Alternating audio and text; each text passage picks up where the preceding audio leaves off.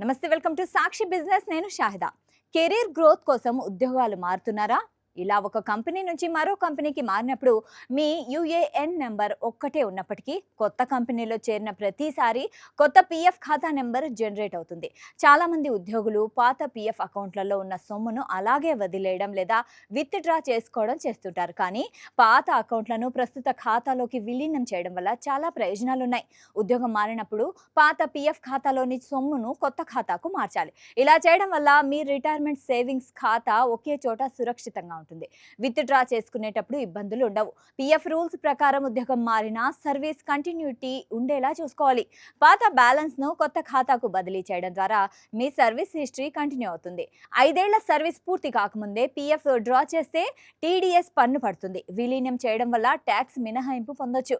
Retirement సమయంలో లేదా అత్యవసర సమయంలో పిఎఫ్ డబ్బులు విత్డ్రా చేయాలంటే నిధులు ఒక చోట ఉంటే తీసుకోవడం ఈజీ. వివిధ ఖాతాల నుంచి విత్డ్రా చేసుకోవాల్సిన అవసరం తప్పుతుంది. అలాగే పిఎఫ్ సొమ్ముపై లభించే వార్షిక వడ్డీ అసలులో కలిసి చక్రవడ్డీ రూపంలో పెరుగుతుంది. నిధులన్నీ ఒకే ఖాతాలో ఉంటే రిటైర్మెంట్ నాటికి భారీ నిధి సమకూరుతుంది.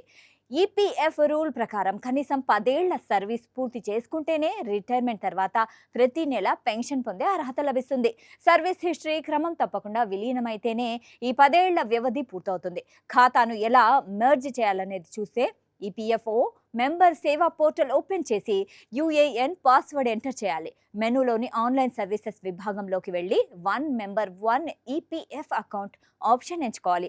అక్కడ మీ వ్యక్తిగత వివరాలు స్క్రీన్పై కనిపిస్తాయి. వాటిని ధృవీకరించాలి.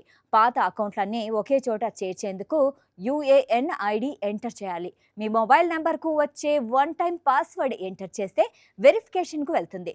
మీ నుంచి వెళ్ళిన రిక్వెస్ట్ ప్రస్తుత ఎంప్లాయర్ ఆమోదించాల్సి ఉంటుంది. ఆమోదం పొందిన తర్వాత ఈపీఎఫ్ఓ మీ రిక్వెస్ట్ను ప్రాసెస్ చేస్తుంది.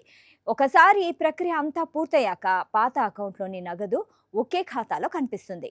సాక్షి టీవీ ప్రసారాలను నిలిపివేయటం చట్టరీత్యా నేరం.